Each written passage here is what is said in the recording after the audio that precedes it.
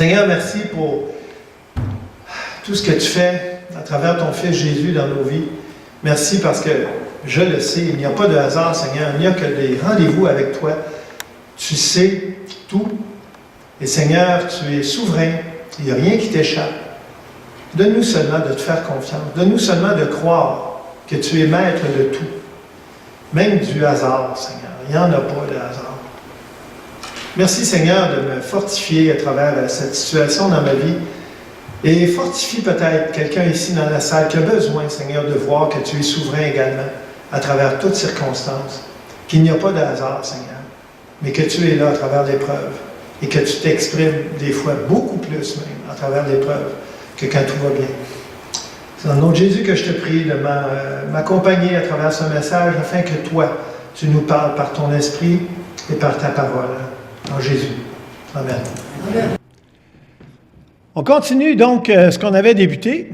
Évidemment, vous risquez de le voir encore quelques temps, mais je pense que c'est pertinent. En tout cas, plusieurs personnes me donnent du feedback pertinent sur le fait d'aborder les livres de l'Ancien Testament. Pourquoi? Parce que Dieu a parlé. Dieu a parlé dans le Nouveau Testament.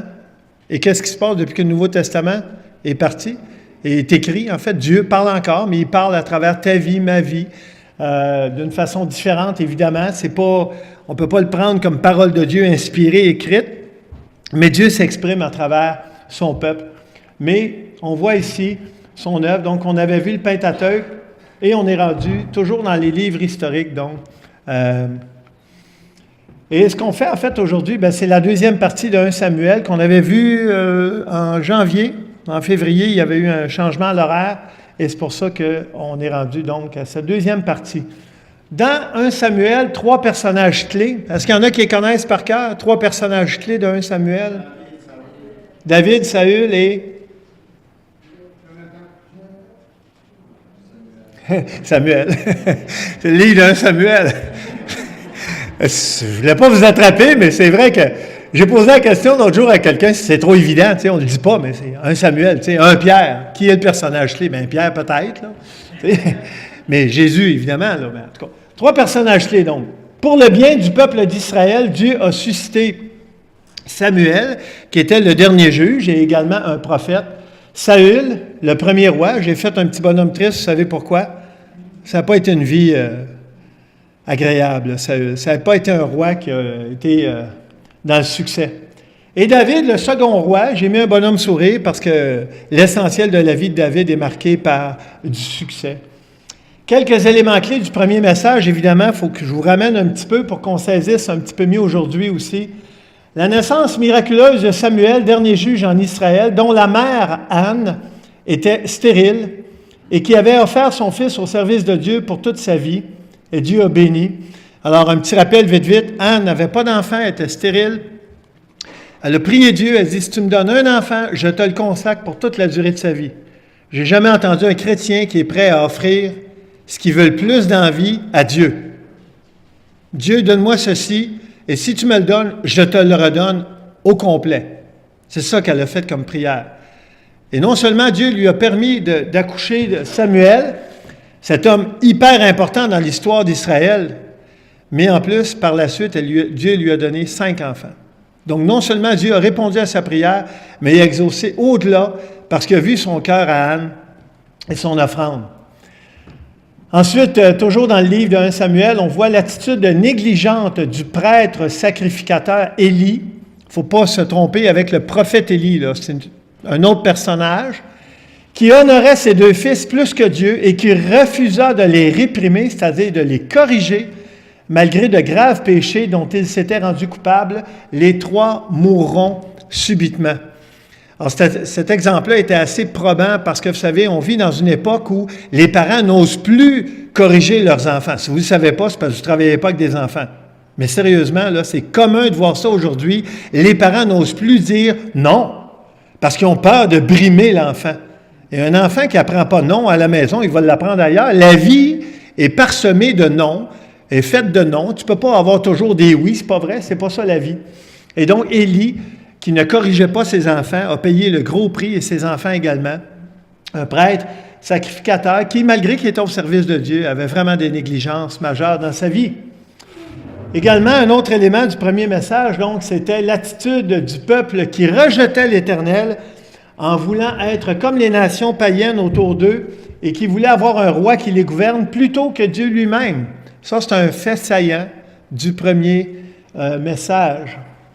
Un autre élément important, c'est-à-dire la désobéissance du premier roi, Saül, qui pourtant avait été saisi du Saint-Esprit, mais qui avait désobéi à Dieu à plus d'une reprise, et la raison est écrite ensuite, par crainte du peuple autour de lui. C'est un homme qui était tellement obnubilé par le monde autour de lui qu'il oubliait de regarder à Dieu. Il était plus influencé par les gens autour de lui que par Dieu lui-même. Et moi, ça me parle parce que parfois, ça peut nous arriver à nous aussi, je crois, d'être plus influencé par des gens qu'on voit, qu'on entend, qu'on touche, que par Dieu lui-même. La relation avec Dieu, c'est une relation par la foi. La relation avec les autres, c'est une relation par la vue. Et c'est toujours plus facile d'avoir une relation par la vue que par la foi. Et Saül, ça a été sa perte, parce qu'il était bien plus connecté aux gens qu'à Dieu lui-même. Un autre élément, donc, après que Saül eut ainsi attristé le Saint-Esprit plusieurs fois, et c'est vraiment une notion de l'Ancien Testament, pas juste du Nouveau Testament, la notion d'attrister le Saint-Esprit. Et donc, Dieu lui a retiré le Saint-Esprit pour le transmettre à David, jeune et modeste berger, à la fois vivante et futur roi d'Israël. Donc ça, c'est quelques éléments clés du premier message, et juste ça, là, il y en a assez là, pour comprendre bien des principes dans notre vie, même d'aujourd'hui, en 2018. Attrister le Saint-Esprit. Dans le Nouveau Testament, on voit ce passage qui est connu, « N'attristez pas le Saint-Esprit de Dieu », Éphésiens 4,30. Alors, dans l'Ancien Testament, on connaît beaucoup moins ce passage d'Ésaïe 63,10 qui dit « Mais ils ont été rebelles, ils ont attristé son Esprit Saint. » Et honnêtement, je vous le dis, j'avais déjà lu ce passage-là, mais je l'avais oublié et je l'ai retrouvé en faisant mon message, que le même concept du Nouveau Testament se retrouve dans l'Ancien Testament, le fait que c'est possible d'attrister le Saint-Esprit de Dieu, et c'est exactement ce qu'on voit dans la vie de Saül. Pas juste lui, mais entre autres. Comment on attriste le Saint-Esprit? Bien, selon le passage de 1 Samuel, on attriste le Saint-Esprit en désobéissant à la parole de Dieu et en faisant à notre tête. Autrement dit, ce que vous et moi, ça nous arrive de faire. Hein? À partir du moment où Dieu n'est plus souverain, ça peut durer quelques secondes, quelques minutes, quelques heures dans ta vie, dans ma vie, mais si Dieu n'est plus sur le trône de mon cœur, et si moi je prends le contrôle de ma vie, bien à ce moment-là, je risque d'attrister le Saint-Esprit. Quelle est la solution lorsqu'on le fait? Parce que ça fait partie de la vie, disons-le. Là, j'ai fait un néologisme. L'attristement n'existe pas en français, mais je l'ai écrit. La solution à l'attristement du Saint-Esprit, bien, c'est la repentance et la confession. 1 Jean 1,9 dit « Si nous confessons nos péchés, il est fidèle et juste pour les pardonner et nous délivrer, nous purifier de toute iniquité. » Et ça, ce passage-là, je le partageais à une jeune chrétienne cette semaine, la semaine dernière en fait. C'est un des passages que j'ai appris par cœur au début de ma vie chrétienne. Et je vous encourage chacune ici à le mémoriser. Pourquoi? Parce que la vie est composée de chutes. On ne veut pas, mais il y en a. Même si on ne veut pas, on en a. Des fois, on est surpris. On pogne les nerfs, par exemple, ou on est impatient, ou on dit une parole par rapport, puis là, on se dit « Ah, qu'est-ce que j'ai dit là? » Ou « Qu'est-ce que j'ai pensé là? » Ça, c'est le pire, ça. Parce que les pensées, personne ne les voit, mais elles sont réelles. Puis une pensée peut être... tu sais, dans ton cœur, tu peux avoir des pensées extrêmement méchantes et mauvaises. Personne ne le sait. Tu le sais. Mais tu peux les confesser aussi. Tu dois les confesser. À Dieu directement. Tu n'as pas à le dire aux autres. Les autres ne l'ont pas vu, ils ne l'ont pas entendu. Mais au moins le confesser à Dieu parce que tu l'as eu, cette pensée-là. Et donc, ce passage-là, ce qui est intéressant, c'est que ce n'est pas une émotion. Ça dit, si on confesse nos péchés, il est fidèle et juste pour nous les pardonner. Mais évidemment, vous savez qu'il y a un ennemi, un menteur, le père du mensonge, qui s'appelle Satan, qui, lui, vient toujours jouer là-dedans. Lui, là, il est spécialiste, là. Parce que quand tu connais ce passage-là, lui, il va te travailler dans la tête. Puis là, tu confesses à Dieu quelque chose, puis Satan va te dire dans ta tête, ouais, est-ce que Dieu t'a vraiment pardonné? Est-ce que tu réalises, Sylvain, que c'est pas la première fois que tu fais ça, là? C'est pas la première fois que tu dis ça, là? C'est pas la première fois que tu penses ça, là? C'est peut-être même arrivé 2, 3 fois. Aujourd'hui même, là, ça fait pas longtemps, là, que tu avais demandé pardon à Dieu, là, pour ça, là. Hein? Tu penses vraiment qu'il te pardonne, là? Pense-y 2 secondes, là. Tu te trouves pas un peu inconséquent? Tu demandes pardon encore pour la même affaire? Et tout ça, c'est du mensonge qui vient de l'ennemi. Si ça vous arrive pas, ben en tout cas, je suis très heureux pour vous. Puis vous voyez un spécimen devant vous, là. Mais moi, ça m'arrive que le père du mensonge, il essaie de me mettre ces mensonges-là dans ma tête, de me faire à croire que je ne suis pas pardonné, alors que j'ai confessé, honnêtement, sincèrement à Dieu. Ben oui, même si c'est quelque chose que tu as déjà fait, même si tu l'as déjà fait dans ta journée, même si tu l'as déjà fait 5 minutes avant. Si tu es sincère, Dieu est vrai. Et toujours en lien avec le Saint-Esprit, bien Éphésiens 5, 18, et là on parle du Nouveau Testament, tellement un beau passage nous dit, en fait, ce qui précède, c'est « Ne vous enivrez pas de vin, hein, mais soyez remplis de l'Esprit ». Donc évidemment, il y avait un parallèle ici, l'apôtre Paul, parce que le mot « enivrer » pourrait être là, « Ne vous enivrez pas de vin, mais soyez enivrés de l'Esprit ». Autrement dit, au lieu de te remplir d'alcool qui va te rendre désir puis tout croche, bien, remplis-toi du Saint-Esprit, puis ta vie va être significative, puis Dieu va accomplir quelque chose à travers ta vie. Et un beau passage également, Galates 5, 16. Marchez selon l'Esprit, et vous n'accomplirez pas les désirs de la chair. Ça revient à ce passage. Je me souviens, j'étais jeune chrétien, puis Liette me disait, parce qu'elle avait quelques années dans le Seigneur, quand moi je suis venu au Seigneur avec un ami, et Liette me disait, le passage, ne sois pas vaincu par le mal, mais surmonte le mal par le bien. Et ça, c'est un peu ça, Galates 5, 16. Si tu t'obsèdes à vouloir vaincre le mal et non pas à t'attacher à faire le bien, bien, tu vas toujours tomber. Tu sais, c'est un peu comme le gars dans Fireproof, là, je ne sais pas si vous vous souvenez de la scène, mais tu sais, il y avait de la lutte avec l'écran. Mais dans le fond, à partir du moment où il s'est attaché à Dieu, bien, l'écran, je veux dire, il va se régler, là, le problème de l'écran. Donc, dans notre vie, c'est vraiment, le secret pour moi, c'est recherche la marche avec le Seigneur par son esprit, puis tu n'as pas de souci de la chair. Automatiquement, elle va mourir, je veux dire, parce que tu t'en occuperas pas. Mais tant que tu t'occupes de la chair, mon ami, c'est bien dur de t'en sortir, là, elle est omniprésente. Tu as de la misère à t'attacher à l'esprit. Si donc nous sommes nés de nouveau, autrement dit, si on a reçu le Seigneur et son Saint-Esprit, pensez-vous que son Saint-Esprit, son Esprit Saint est pleinement épanoui en vous, ou ressentez-vous plutôt qu'il est attristé, et ça peut-être même depuis un certain temps? Voici ce que je vous dis et que je me dis à moi en passant, parce que chaque fois que j'apporte un message, il me parle énormément. Je vous le dis tout de suite. C'est pas pour vous que je l'apporte, c'est pour nous tous. N'attendez pas d'éteindre le Saint-Esprit comme Saül. Saül s'est rendu au bout de sa folie, de son péché, jusqu'au point où il a éteint le Saint-Esprit. Donc, si vous avez, pour une raison ou une autre, des luttes, des combats, des chutes, et vous vous sentez misérable dans votre vie en ce moment, puis je ne vous connais pas personnellement là, pour être capable de dire « Hey, toi, non, c'est pas à moi de faire ça. C'est à vous devant Dieu. N'attendez pas d'éteindre le Saint-Esprit, mais faites appel à la grâce et au pardon du Seigneur Jésus qui vous veut du bien et qui désire que son Saint-Esprit soit pleinement épanoui en vous pour votre bien et pour le bien des gens qui vous entourent. Parce que je peux vous dire que quelqu'un qui est rempli de l'Esprit, on veut être proche de cette personne-là. On veut être proche de cette personne-là. Quand tu vois quelqu'un qui est rempli de l'Esprit, là, c'est l'amour, la joie, la paix, la patience, là, il me manque de doigts, la bonté, la bienveillance, la fidélité, la douceur, la maîtrise de soi. Galates 5, 22. Pensez aux fruits de l'Esprit, là. Qui veut pas voir quelqu'un rempli du fruit de l'Esprit à côté de lui, à côté d'elle? Sérieusement, si quelqu'un est rempli de l'Esprit à côté de toi, là, t'es béni. T'es béni. T'es peut-être pas riche? Non, t'as bien plus que de la richesse. Parce que ça, personne ne peut te l'enlever. La richesse, tu peux la perdre. Quelqu'un peut te la voler. Mais la paix de Dieu et le fruit de l'Esprit, ça vient d'en haut. Dans ce deuxième message sur 1 Samuel, un verset clé, on va en voir quelques-uns. Dans 1 Samuel 14, c'est une histoire intéressante.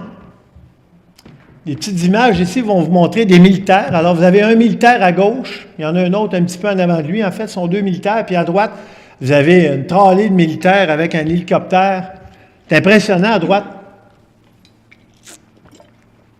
Et dans cette histoire-là de 1 Samuel 14, vraiment une belle histoire en passant, je vous encourage à le lire aujourd'hui, parce que là, je fais juste un résumé. Vous avez Jonathan, le fils du roi Saül, qui était vraiment un homme là, connecté sur le Seigneur en passant, un excellent ami de David, le meilleur ami que le roi David a eu dans sa vie. Malheureusement, qui a eu une vie plus courte que prévu à cause des folies de son père, à cause de l'égarement de son père. Sa vie à Jonathan a été précoce, finalement, elle a été plus courte que prévu. Et donc, ça dit, dans cette histoire-là, on voit Jonathan qui est avec son porteur d'armes, mais son porteur d'armes, ça dit que c'est un jeune homme. Donc, ça ne devait pas être impressionnant. Autrement dit, vous aviez Jonathan, un homme normal, avec un porteur d'armes, un jeune homme qui porte ses armes. Puis, Jonathan décide d'aller faire la guerre à un groupe de Philistins, mais ils sont deux, lui et le jeune homme qui porte ses armes. Et ce passage-là est écrit dans 1 Samuel 14,6. « Rien n'empêche l'Éternel de sauver au moyen d'un petit nombre comme d'un grand nombre. » Et là, ils partent à deux, ils font la guerre à des Philistins et ils remportent. C'est pas une grosse guerre, mais je pense qu'ils avaient battu une vingtaine de Philistins. Mais ils étaient deux seulement. C'est quand même pas rien, là. 2 contre 20, en principe, là, je veux dire, tu es désavantagé, là. C'est un rapport de 10 à 1, là. Et pourtant, ils ont gagné. Et pourquoi je vous dis ça? Parce que tu lis ce passage-là et tu te dis, ouais, c'est vrai que des fois, j'ai des combats dans ma vie où je me sens pas fort, je me sens pas grand. Et pourtant, Dieu est le Dieu, justement, des faibles, de ceux qui n'ont pas les moyens de remporter la victoire par eux-mêmes. Dieu peut le faire dans ce temps-là. Et donc, je crois que c'est important de l'expérimenter parfois dans nos vies. On se retrouve dans une circonstance, une situation où on se dit, j'ai pas les moyens de passer à travers. Mais si Dieu est avec toi, tu es beaucoup plus fort que tes propres capacités. C'est exactement ce qu'on voyait ici. Un autre passage, ici, c'est intéressant, le passage de... Quand j'ai vu ses yeux, là, j'ai dit « Wow, c'est ça que ça me prend. » 1 Samuel 16,7. Ça, c'est un passage très, très intéressant. Quand Dieu a choisi David. Ce passage-là dit « L'Éternel ne considère pas ce que l'homme considère. L'homme regarde à ce qui frappe les yeux. » Probablement que ses yeux ont été frappés à elle, là, pour qu'ils viennent gros comme ça. Mais l'Éternel regarde au cœur. Et ça, ici, ce passage-là est important parce que, vous savez, on vit dans un monde d'apparence. Je ne sais pas si vous le voyez, là, mais il y a des gens même qui se font élire dans la politique, là, parce qu'ils sont beaux. Je nomme personne, là. Et c'est pas moi qui le dis. Mais t'écoutes le moindrement, à un moment donné, une émission, là, à télé, là, par quelqu'un de crédible.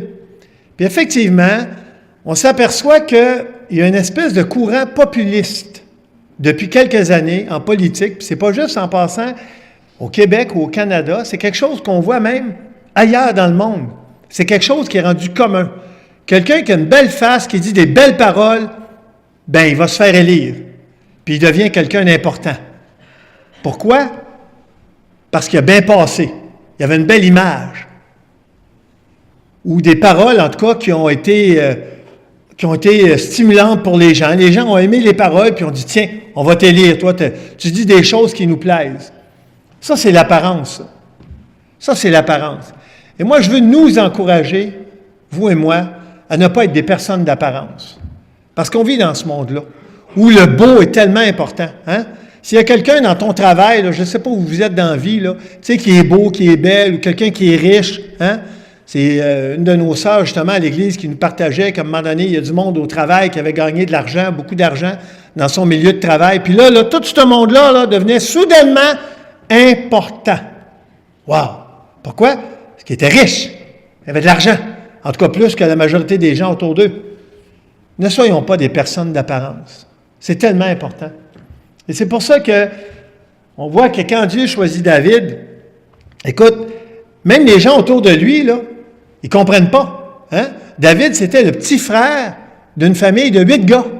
C'était le plus petit, le plus jeune. Et c'est lui que Dieu voulait. Puis c'est drôle parce que quand le prophète, si vous ne l'avez pas lu, lisez-le, 1 Samuel aujourd'hui, je vous encourage à le lire, là. Tu vois le prophète Samuel qui y va, là, puis là, Isaïe, le père de David, présente le plus vieux frère, puis l'autre après, puis l'autre après, puis là, il présente les 7. Puis lui, le prophète Samuel, il sait, là, que Dieu, c'est pas lui, là, qui a choisi. Il dit, t'en as-tu un autre? Il dit, oui, le petit dernier, il est dans les champs, en train de garder les moutons, ou les brebis, en tout cas. Il dit, ouais, va le chercher. Et c'est lui que Dieu a choisi. Le plus jeune, le plus petit, le négligé. Ah, c'est intéressant, ça aussi, pour nous, ça. Parfois, vous vous sentez peut-être le plus petit, le plus jeune, le négligé, peu importe quelle catégorie que vous trouvez, et vous vous sentez indigne, peut-être, de faire partie du peuple de Dieu, d'être au service de Dieu. Peut-être que vous faites partie du peuple de Dieu, mais vous vous dites, j'ai pas ce qu'il faut pour servir, j'ai pas ce qu'il faut pour donner à d'autres. Moi, j'ai pas grand-chose d'intéressant dans ma vie. Mais David, il y avait moins que toi. Sérieusement, là, dans l'optique humaine, là, il y avait moins que toi puis moi. Puis pourtant, c'est lui que Dieu a choisi, et Dieu va lui rappeler plus tard dans sa vie, dans l'épisode de Bathsheba, on va voir ça plus tard, mais Dieu va lui rappeler tout ce qu'il avait fait dans sa vie. Des années plus tard, il va lui dire, rappelle-toi où je t'ai pris, derrière les moutons. Puis regarde où je t'ai amené. Et c'est Dieu qui avait fait ça dans sa vie. Et Dieu est capable de le faire dans ta vie puis dans ma vie si on le laisse faire, si on le laisse travailler, si on est volontaire avec lui, si on est prêt à être des vases qui se laissent mouler par l'artiste. Hein? Quand l'artiste, là, il fait de la poterie, là, c'est lui qui choisit de faire ce qu'il veut avec l'argile. Mais si l'argile est toujours là, imaginez une argile vivante, c'est pas vrai, là, mais bon. Tu sais, l'argile est là, puis elle donne des tapes au potier. Puis non, lâche-moi, arrête de me façonner comme ça, arrête de me transformer comme ça. Bien, le potier, à un moment donné, il est tanné, là. Il se dit, coudonc, cette argile-là est rebelle. On va la mettre de côté, puis je vais prendre un autre argile qui se laisse travailler. C'est ça, la vie chrétienne. Et si tu es une argile, puis je suis une argile qui se laisse travailler, Dieu a des grandes choses pour toi et moi dans ce temps-là. Parce qu'on est utile lorsqu'on est mobile, lorsqu'on est malléable entre ses mains. 1 Samuel 17. Karine en a parlé tout à l'heure. David et Goliath. Elle m'a fait drôle quand tu as parlé de ça. J'ai dit que non. Elle n'est pas au courant du message. Ça, c'est une histoire fascinante. Vous savez, probablement, une des histoires bibliques les plus connues par les non-chrétiens. Moi, avant de venir au Seigneur, quand quelqu'un m'a conduit au Seigneur, il m'a parlé de la Bible. Il dit, tu connais-tu la Bible? Ben oui! C'est quoi tu connais? David et Goliath. Quoi d'autre? Bon Samaritain, c'est-tu là-dedans, ça? Oui. Le déluge, Jonas dans Baleine. Tu sais, j'avais une couple d'histoires là, qui me venaient dans la tête dans mon héritage religieux de ma jeunesse, mais je ne lisais pas la Bible. Là. Je ne l'avais jamais lu, la Bible. Et David et Goliath, ça faisait partie de ces histoires-là. Vous êtes d'accord avec moi? C'est une histoire, il y a bien du monde qui connaissent. D'ailleurs, par curiosité, je suis allé voir sur YouTube, il y a plein de films sur David et Goliath. Mais je te dis que ça fait dur en toti. Tu regardes une couple de films, tu dis, voyons donc, c'est pas en tout le récit, c'est pas en tout de même que ça s'est passé. Mais évidemment, il y a du monde qui ont voulu faire de l'argent avec cette histoire-là. C'est une histoire extraordinaire. Alors évidemment, il y a des producteurs cinématographiques qui ont dit, « Hey, je vais faire un film avec ça, je vais faire de l'argent. » Mon ami, s'ils pouvaient faire un bon film basé sur le vrai récit biblique, là, il y aurait des effets spéciaux, là, parce que c'est phénoménal. J'ai calculé cette semaine que cet homme-là mesurait environ 3 mètres. C'est combien, Philippe-Antoine, déjà? 9 pieds et... pas loin de 10 pieds? Oui, 9 pieds et quelque chose. Là, on regarde les joueurs de basket, des fois, Philippe-Antoine, il aime le basket, là. Puis, quand on voit un joueur de basket de 7 pieds, moi, là, je suis minuscule à côté d'un joueur de basket de 7 pieds, là. Puis, je suis pas petit, là. Et 7 pieds, là, c'est genre... Là, bien, Goliath était genre 2 pieds de plus haut que ça. Il était énorme, énorme. Un homme de combat. On n'a pas idée des fois, tu sais, on le diminue probablement parce qu'on se dit, ça se peut pas que David a tué un homme aussi gros et grand. Tu sais, ils peuvent même pas trouver un humain pour faire le rôle de Goliath dans un film. Il n'y en a pas d'assez grand et gros pour ça. Ils sont obligés de faire des effets spéciaux. Donc, David, qui se retrouve jeune, tout jeune, c'est au début de sa vie. Il n'était pas connu, David. Quand c'est arrivé cet événement-là, même le roi, il dit, c'est qui ce gars-là? C'est qui? Il a demandé, je pense au chef de son armée, il dit, peux-tu me dire c'est qui ce gars-là? C'est qui va aller battre Goliath, là? Elle ne le connaît pas. Il n'était pas connu. Tu sais, dans toute l'armée d'Israël, là, il n'existait pas David, là. Pourquoi? C'était pas un soldat. Il gardait les animaux. C'est ça sa job. Il n'avait jamais porté une armure sur lui. Et David, dans ce combat-là, il dit aux Philistins, « Tu marches contre moi avec l'épée, la lance et le javelot. » À l'époque, quand tu avais une épée, une lance puis un javelot, là, sais-tu comment tu étais? Dangereux. Tu étais très dangereux. Pourquoi? Mais c'était les armes de l'époque. Il n'y avait pas de AK-47, là. Il n'y avait pas de fusil semi-automatique, il n'y avait pas de bulldozer, il n'y a pas de... En tout cas, peu importe. Là, en tout cas. Tu sais, il était armé jusqu'aux dents, Goliath. Et David, il dit, « Et moi, je marche contre toi au nom de l'Éternel des armées, du Dieu de l'Éternel, de l'armée d'Israël, pardon, que tu as insulté. » Ça, je trouve ça intéressant. David était sensible au fait que Goliath avait insulté son Dieu, et en insultant son Dieu, ça l'a insulté, lui. Je ne sais pas si ça t'est déjà arrivé, mais parfois, il y a des croyants qui vont dire autour d'eux, « Hey, peux-tu arrêter de sacrer, s'il te plaît? C'est parce que moi, je suis croyant. » Moi, ça me blesse quand tu dis ça. Peux-tu arrêter? Maintenant, ça se peut qu'ils te disent, « Mais non, je n'arrêterai pas. » Et ça se peut qu'ils disent, « Excuse-moi, je ne le savais pas. » Moi, je peux vous dire que dans mon entourage, et Liette le sait, dans notre entourage familial, c'est pas tout le monde là, qui est au Seigneur, on s'entend, mais la plupart des gens, là, pour ne pas dire la totalité des gens de notre entourage, savent qu'on a la foi et nous respectent là-dedans. Je ne leur demande pas d'avoir la foi, là. Je ne peux pas les forcer à ça. Mais il y a une chose, par exemple, je peux leur demander de me respecter, comme moi je les respecte, je leur demande de me respecter. Et voici ce que David dit, « Hey, il fallait qu'il soit audacieux. Aujourd'hui, l'Éternel te livrera entre mes mains, et toute la terre saura qu'Israël a un Dieu. » Ben, toute la terre, on sentait que c'était une petite partie de la terre, mais tous ceux, en tout cas, qui ont été témoins ou qui ont entendu, c'est rendu toute la terre. Sérieusement, quand je lis ça, je me dis, ben oui, non, probablement toute la terre le sait, là, depuis le temps. Là. Et toute cette multitude saura que ce n'est ni par l'épée, ni par la lance que l'Éternel sauve. Hein? Et il prend en plus dans sa force, puis il dit, regarde, tu vas voir que c'est même pas avec ça que tu vas gagner, mon homme. Parce que moi, j'ai plus fort que toi. Car la victoire appartient à l'Éternel. Wow! Je ne sais pas si ça vous arrive d'avoir des Goliaths dans votre vie. Moi, ça m'est déjà arrivé. Ça m'est déjà arrivé au travail. Ça m'est arrivé dans mes loisirs. C'est un mini Goliath que j'ai eu depuis 2 semaines, là, tu sais, mes problèmes physiques. Mais je me souviens au travail d'avoir déjà eu un Goliath, quelqu'un à affronter. Puis je me disais, il n'est pas question que j'affronte cette personne-là par ma force. Seigneur, je veux que ce soit ton combat. Ça a duré des années de temps. Ça a duré quelques minutes. Mais moi, je me souviens de ce combat-là, là, c'était lourd dans mon cœur. Et je ne le partageais pas aux autres parce que je ne voulais pas en faire un show. Mais je le vivais. J'avais un fardeau au travail qui était lourd, qui durait depuis des années. Je l'avais présenté au Seigneur, j'avais dit, Seigneur, en ton temps, peux-tu me délivrer de ce Goliath dans ma vie, de cette épreuve de ma vie, de ce géant qui me fait du mal. Et le Seigneur le fait en son temps. Il a fallu que je sois patient. Ce n'est pas naturel en moi, mais c'est un des fruits de l'Esprit. Hein? Ça fait partie du fruit de l'Esprit, la patience. Cette toile peut nous donner une idée, c'est un dessin que j'ai trouvé en fait sur Internet, de la différence de stature entre David et Goliath. David était minuscule. En fait, Goliath l'a traité de chien. OK?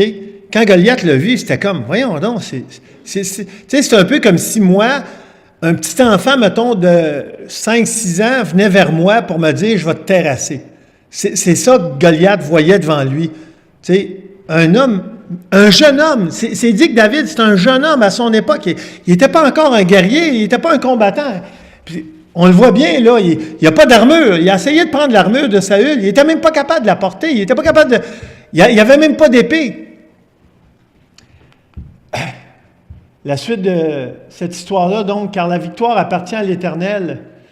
Et moi, je vous pose la question que je me suis posée beaucoup à travers la préparation de ce message-là. Est-ce que vous le croyez, que la victoire appartient à l'Éternel? Un enfant de Dieu qui expérimente des chutes et des défaites sans cesse, c'est pas normal. Ça, dans mon esprit, c'est pas normal. J'ai déjà chuté. J'ai déjà eu des défaites dans ma vie, je le confesse. Et je pense que ça fait partie de la vie chrétienne. Mais j'ai eu beaucoup de victoires. Et je sais qu'avec Dieu, c'est une victoire qui est au bout d'une épreuve. Si je combats de la bonne façon, si je combats avec ses armes à lui. Au nom de qui marchons-nous dans nos combats et nos luttes spirituelles? Vers qui nous tournons-nous pour avoir la victoire dans nos épreuves? Et le verset 50 d'un Samuel 17 dit « Ainsi, avec une fronde et une pierre, David fut plus fort que le Philistin. Il le terrassa et lui ôta la vie sans avoir d'épée à la main. » En fait, l'épée qu'on voit dans l'image, là, parce que c'est un peu drôle parce que ça dit « sans avoir d'épée à la main », c'est qu'une fois qu'il a projeté la pierre dans le visage du géant, bien lui, le géant, il a tombé, Goliath. Après ça, il a pris son épée à Goliath pour lui couper la tête, lui trancher la tête. Je sais que ça fait très sanguin, là, mais bon. Qu'est-ce que vous voulez? C'est comme ça que ça s'est passé. Je vous le dirai autrement, ça serait pas vrai. Des versets complémentaires intéressants dans le Nouveau Testament, Éphésiens 6 nous parle des combats de la foi. Et ça dit au verset 10, « Au reste, fortifiez-vous dans le Seigneur et par sa force toute puissante, revêtez-vous de toutes les armes de Dieu, afin de pouvoir tenir ferme contre les ruses du diable. » Ça, c'est nos Goliaths à nous, dans la Nouvelle Alliance. Si vous vous dites que l'histoire de David et Goliath, ben voyons Sylvain, ça s'est passé il y a des milliers d'années, là, ça n'a plus rapport. Ah ouais? Ça, ce passage-là, c'est dans le Nouveau Testament. Et ça a rapport avec tes luttes et tes combats, et mes luttes et mes combats de maintenant. Le diable est rusé, ça le dit ici. Et si je veux tenir ferme contre les ruses du diable, je dois utiliser les armes que Dieu met à ma disposition, telles que décrites dans Éphésiens 6. Et j'ai montré ici l'image d'un homme et d'une femme qui prient, parce que c'est à travers la dépendance à Dieu qu'on peut avoir ces victoires-là. Le verset 12 de Éphésiens 6 nous dit « Car nous n'avons pas à lutter contre la chair et le sang, mais contre les dominations, contre les autorités, contre les princes de ce monde de ténèbres, contre les esprits méchants dans les lieux célestes. » Le combat du chrétien, ne cherche pas de Goliath réel dans ta vie, tu risques de ne pas en voir. Mais tu as des Goliaths et j'ai des Goliaths à affronter dans le domaine spirituel. Et je dois utiliser les armes de Dieu. Et Éphésiens 6, vous prendrez le temps de le lire également, décrit les armes, n'est-ce pas, l'épée de l'esprit, le casque du salut, la ceinture, et tout, vous avez toute l'armure, en fait, qui est décrite avec des vertus qui viennent de Dieu et que Dieu nous accorde si on reste dépendant de lui. Un autre passage clé dans 1 Samuel, c'est le chapitre 18. Saül craignait la présence de David parce que l'Éternel était avec David et s'était retiré de lui. Et Saül a établi David chef de 1000 hommes. David sortait et rentrait à la tête du peuple. Et il réussissait dans toutes ses entreprises et l'Éternel était avec lui. Et la question que je vous pose et que je me suis posée, évidemment, est-ce que je réussis dans tous mes projets? Je ne sais pas c'est quoi tes projets, tes entreprises. Je sais quels sont mes projets, mes entreprises, et je sais que je ne peux pas dire que je réussis toujours. Pourtant, un passage de l'Ancien Testament que à peu près tous les chrétiens, en tout cas que je connais depuis une couple d'années, qui ont une couple d'années dans le Seigneur, connaissent par cœur, Josué 1,8 nous dit que ce livre de la loi, et à l'époque, le livre de la loi, bien, c'était les 5 premiers livres de l'Ancien Testament, parce qu'on parle de Josué 1. C'est le début de Josué, donc il y avait 5 livres décrits. Et juste basé sur ces 5 livres-là, vous avez une promesse extraordinaire. Imaginez si on prend l'ensemble de la Bible, c'est encore plus vrai, cette promesse-là. Que ce livre de la loi ne s'éloigne point de ta bouche, médite-le jour et nuit. Pas lis ton verset du jour. Je m'excuse de le dire, là, mais quelqu'un qui se contente d'un verset par jour, il jeûne spirituellement. Sois pas étonné si tu es faible. Si je suis faible, si je délaisse la parole de Dieu, là, je jeûne spirituellement. Je dois la lire. Plus que ça, la méditer. Pas la méditation asiatique, transcendantale, puis tous ces cossins-là. Méditer, ça veut dire tu lis, tu relis s'il faut, puis tu essaies de comprendre, puis de dire, OK, comment, Seigneur, tu veux me parler par ce que j'ai lu aujourd'hui? Si tu ne fais pas ça, OK, tu as peut-être lu la parole, mais tu l'as juste lu. Comme je peux prier, puis ma prière peut s'arrêter au plafond. Pourquoi? Parce que je ne m'arrête pas sur ce que je prie. J'ai déjà prié, moi, quand j'étais enfant. Mais je ne savais pas à qui je m'adressais. C'était des prières religieuses. Je ne savais même pas pourquoi je priais. On me disait « prie ». Bien, je vais prier. Je disais le Notre Père, puis je vous salue Marie. C'est les 2 prières que j'avais apprises quand j'étais enfant. C'est la seule chose que je savais prier. Je le faisais. Mais je ne savais pas, moi, que ça ne montait pas plus haut que le plafond, là. J'avais aucune sincérité, là. Je l'avais appris. C'était mécanique, c'était religieux, c'était bon. OK, il faut le dire, je vais le dire. Je ne savais même pas pourquoi je le disais. Je ne savais pas à qui je le disais. Une histoire intéressante de 1 Samuel, vraiment intéressante, là. 1 Samuel 25. Ça, c'est l'histoire de Nabal, Abigail et David. Et je vous le dis, là, juste de lire ce chapitre-là aujourd'hui, là, un petit chapitre de 1 Samuel, là, tu trouverais ça vraiment hot, comment Dieu a agi dans cette histoire-là. Je vous la résume, évidemment, parce qu'on n'a pas le temps de la lire. David décide de passer au fil de l'épée, autrement dit, de zigouiller, de tuer, d'éliminer. Vous me suivez? Ça, c'est à l'époque où David devenait plus fort physiquement, là. L'histoire de Goliath, ça faisait un bout que c'était fini, là. Puis David, là, il savait combattre, c'est un guerrier. Alors, il décide d'éliminer un homme, Nabal, et tout ce qu'il possède, parce que, tu sais, genre, pas inclus, là, sa femme, puis tout ce qui suit, là, hein? C'était des périodes assez sanguinaires, car cet homme avait rendu le mal pour le bien envers David et ses hommes. Alors, pour faire une histoire courte, les hommes de David avaient fait du bien aux cheptels, en fait, aux animaux, puis aux personnes qui s'occupaient des animaux de Nabal. Et donc, autrement dit, David avait rendu, et ses hommes avaient rendu service à Nabal. Et à un moment donné, David avait besoin de ressources, et il envoie quelqu'un auprès de Nabal pour dire, « Regarde, peux-tu fournir de la nourriture? Bon, du breuvage, là, on a des besoins à combler. » Et Nabal, il répond avec une indifférence incroyable. Il dit, « David, je ne le connais pas, ce gars-là, c'est qui ce gars-là? » Et il était vraiment arrogant, Nabal. Et donc, David a réagi de façon assez forte. Mais regardez comment Dieu était là, présent, à travers même une réaction probablement un peu dure de David dans cette situation-là. Le verset 38, je vous résume l'histoire, dit que l'Éternel a frappé Nabal, que David voulait tuer, et Nabal est mort. Et c'est ça qui est écrit dans la Bible. Parce que Nabal avait vraiment, vraiment mal agi. C'est un homme tordu. C'est un homme qui n'était vraiment pas correct. Et David répond ceci en réponse à la situation. Lorsque David a appris que Nabal était mort, mais ce n'est pas lui qui l'avait tué, il a dit « Béni soit l'Éternel qui a défendu ma cause dans l'outrage que m'a fait Nabal et qui a empêché son serviteur de faire le mal. L'Éternel a fait retomber la méchanceté de Nabal sur sa tête. » Et moi, je vous reporte à Romains 12, un passage tellement important. Je vais même vous dire de quoi, là. Pas plus tard que 7 semaines au travail, j'ai vécu cette situation-là. Pas celle de David et Nabal, évidemment. Je ne suis pas un tueur. Mais j'ai vécu une situation où j'ai dû, imaginez-vous, là, je préparais le message, là, puis il m'est arrivé une situation similaire par rapport au fait que j'aurais voulu me venger de quelqu'un qui n'a pas été correct envers moi. Romains 12 dit, ne rendez à personne. À personne. Même pas, tu sais, oui, mais il mérite, là. Elle mérite, là. Elle est allée trop loin, là. Non, non. Ne rendez à personne. J'aime ça, la parole de Dieu. Elle est assez tranchante. J'aime pas toujours ça, mais en tout cas. J'aime ça dans le sens que on sait où on s'en va. Ne rendez à personne le mal pour le mal. Recherchez ce qui est bien devant tous les hommes, évidemment, devant toutes les femmes, hein, aussi. S'il est possible, autant que cela dépend de vous, soyez en paix avec tous les hommes.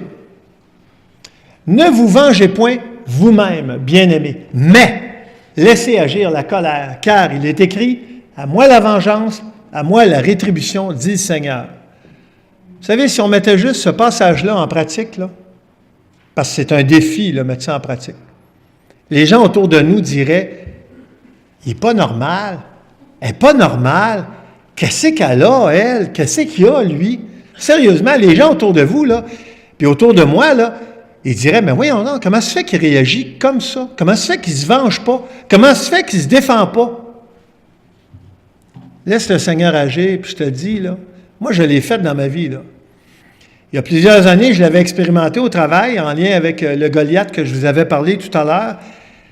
Et Dieu a vraiment agi. Mais bien plus fort que moi, j'aurais agi. Et bien mieux que moi, j'aurais agi. Et c'est ça que David est en train de dire ici, dans le fond. Si lui avait pris la situation en main, ça n'aurait pas été comme ça a été. Il l'a laissé entre les mains de Dieu. Et Dieu a été souverain là-dedans. 1 Samuel 28, c'est un sujet très délicat. Saül et la divination. Peut-être que dans votre passé, j'espère pas dans votre présent, ça vous touche. Peut-être que ça vous a touché dans votre passé. Yves Petel, avec qui j'ai travaillé à l'école La Source il y a longtemps, j'ai travaillé avec sa femme, j'ai enseigné ses 2 enfants, était quelqu'un qui était assez ferré là-dedans, il avait trempé là-dedans beaucoup. C'est un gros sujet, ça, parce que dans notre monde, c'est très, très, très présent. C'est un monde de ténèbres incroyable, extrêmement présent en 2018. Ça dit dans ce passage-là, Saül avait ôté du pays ceux qui évoquaient les morts et ceux qui prédisaient l'avenir.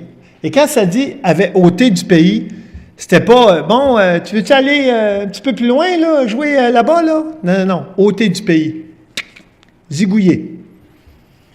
Les Philistins se rassemblèrent et vinrent faire la guerre à Israël. Mais c'est une époque où Saül, sa relation avec Dieu allait très mal. Et Dieu lui avait retiré le Saint-Esprit qu'il lui avait donné parce que Saül avait fait de grandes bêtises. À la vue du camp des Philistins, Saül, c'est un homme de vue. Il voyait, puis c'était très influencé par ce qu'il voyait. Ce n'était pas un homme de foi. Saül fut saisi de crainte et un violent tremblement s'empara de son cœur. Saül consulta l'Éternel et l'Éternel ne lui répondit point. Tout à fait. Il avait tellement désobéi, puis tellement attristé le Saint-Esprit, puis finalement Dieu lui avait retiré, que Dieu n'exauçait plus ses prières. Et donc, Saül dit à ses serviteurs, imaginez-vous, là, au verset 6, ça dit qu'il consulte l'Éternel. Au verset 7, il pêche, mon ami, par un des péchés là, majeurs de son époque, que lui-même avait intervenu pour que ce péché-là n'existe plus. Saül dit à ses serviteurs, cherchez-moi une femme qui évoque les morts et j'irai la consulter. Ça, c'est un gars charnel, solide. Là. Pense à Dieu, 2 secondes après, il va à l'encontre de Dieu. Alors Saül partit avec 2 hommes, ils arrivèrent de nuit chez la femme, et Saül lui dit, « Prédis-moi l'avenir en évoquant un mort. » Saül, il n'était pas content parce que Dieu ne lui répondait plus, mais il ne réalisait pas que c'était à cause de ses égarements que Dieu ne lui répondait plus. Bien, il s'est tourné vers la chair.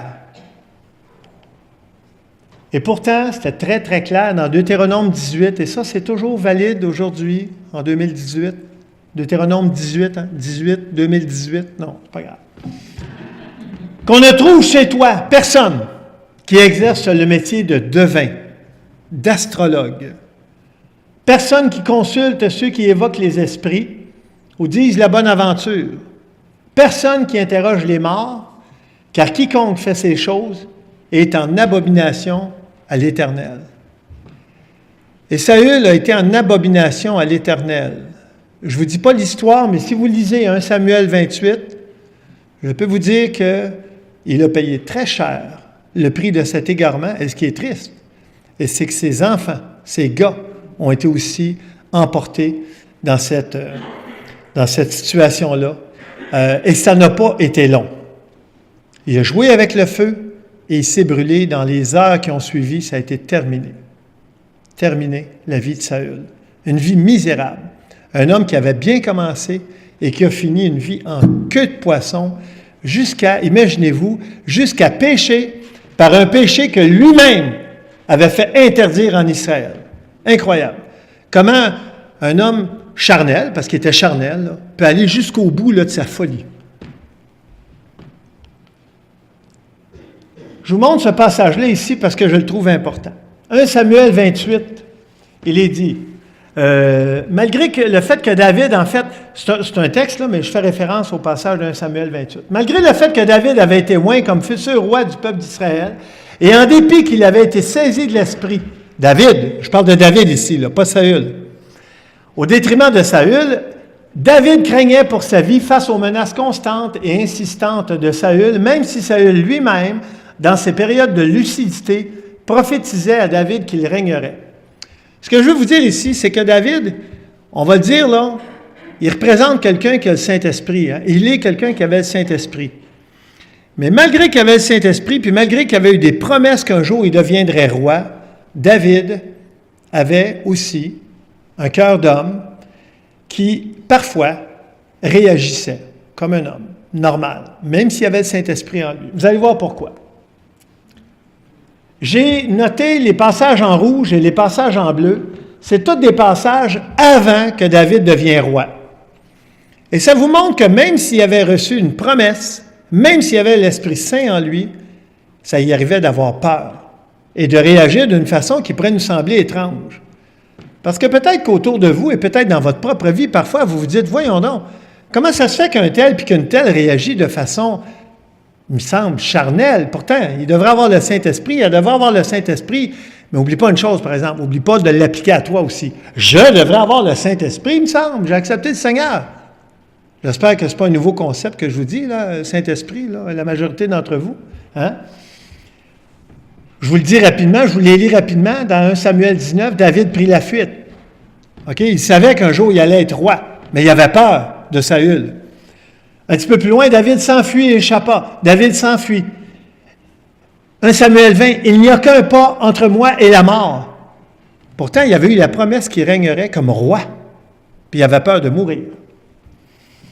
David s'enfuit, David se sauva. 1 Samuel 23. Regardez comment David se fortifiait à travers ses craintes. David consulta l'Éternel et l'Éternel lui répondit. Contrairement à Saül. Saül, là, il n'y avait plus de réponse de Dieu. Là. Un petit peu plus loin, David consulta encore l'Éternel et l'Éternel lui répondit.